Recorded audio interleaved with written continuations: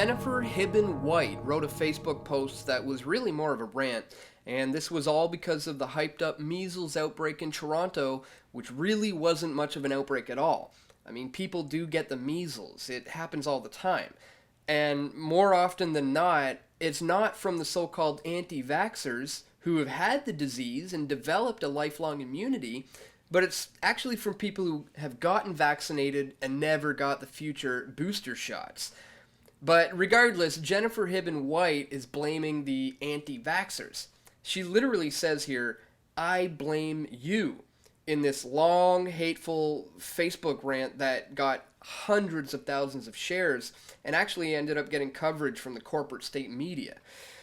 Now, what the corporate state media, the so called mainstream, failed to acknowledge was just who Jennifer Hibben White actually is. What's her profession? And what kind of motives does she have for promoting the vaccination of children? So let's go ahead and do the job of the mainstream media here. Let's take a look at just who Jennifer Hibben White is. Well, apparently she's the vice president of a marketing company that's focused on social media, so that should obviously explain a lot. But what gets really interesting is this, where she has listed Alan Hibben as a friend. Notice she doesn't have him listed as a family member, but as a friend. However, she does have Turner Hibben listed as her sister. Now, we go to Turner's page, and we notice that Turner has Alan listed as her father and Jennifer as her sister. So we can see that these people are indeed related. Now, this is important. It's good to know that Alan Hibben is the father of Jennifer Hibben White, because of who Alan Hibben is. So here is a LinkedIn profile which shows he's currently the principal at Shaker Hill Partners Limited. Now the question is this the same Alan Hibben that's the father of Jennifer and Turner? Well, it turns out that all three of them went to Havergal, and this is the fall 2010 annual report, and if you scroll down here to page 22, you can see that yes, indeed, this is Alan, the father of Jennifer. Now, I'm going to put all of these links in the description, guys, so you can verify all of this for yourself. So Alan has a lot going on. He's got a lot on his plate. He's the principal stockholder for a company called Chorus Pharma, which, as you see here, is tied into RBC Life Sciences Limited Partnership and RBC Capital Partners, which Alan Hibben is a managing partner in. So, just who is Chorus Pharma?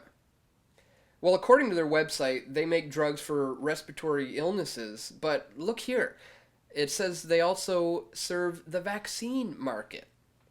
So Jennifer's father benefits from the vaccine industry. And if we go back here to her original Facebook post that got all the shares, you can see there was someone here named Edward Stowe, and he wants to share this post on his LinkedIn profile with all of his big pharma industry insiders, all of his friends. So I think this probably explains why this went viral. You know, this is a case of one hand washing the other, where some mother who has all the pro-vaccination people in her social circles wrote an emotional rant on Facebook that then got shared amongst the pharma industry workers that literally want to force you and your kids to get vaccinated. Now, once this went viral amongst all the so-called healthcare professionals and the generally just ignorant and scared, well, the old dinosaur 6 o'clock news covered the story and it went viral once again. And this ended up reaching far more people than it ever would, all thanks to the mainstream media. So instead of doing their job as investigative journalists, the corporate state, so-called mainstream, just simply reiterated the status quo that anti-vaxxers are to blame and that everyone should be coerced into getting vaccinations and think of the children, and it goes on and on and on. Oh, man. The real virus here, guys, was not the measles.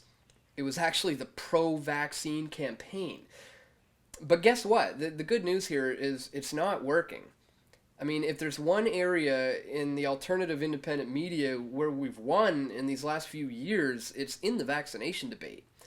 And thanks to all of the mothers who compiled this investigation and put a lot of this info together, well, we just schooled the pharmaceutical industrial complex once again. You know, it's simple. They're wrong about war, they're wrong about central banking, and they're wrong about health related issues. And as I covered in my previous video, the measles are not the Black Plague. There's actually a lot of health benefits from having it as a child and developing a lifelong immunity from it. You know, these are benefits that you can't recreate with a vaccine and all the subsequent booster shots that you're going to need. Now, Jennifer's original post was obviously a sensational emotional rant, and it clearly clicked with about 300,000 people who shared it.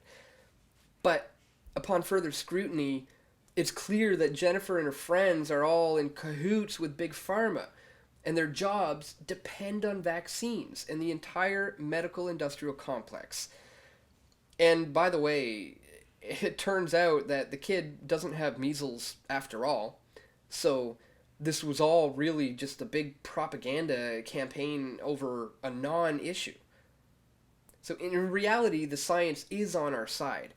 The public are slowly but surely waking up to this vaccine fraud. So in the meantime, guys, we really do have to just keep pressing for the truth on this one. People will eventually flock to the truth. So let's just continue to put it out there. So that's all for today, guys. I want to thank you for tuning in. Check out the links in the description to where you can verify all this information for yourself. And stay tuned, guys. We're going to have a lot more video reports coming very soon to pressfortruth.ca.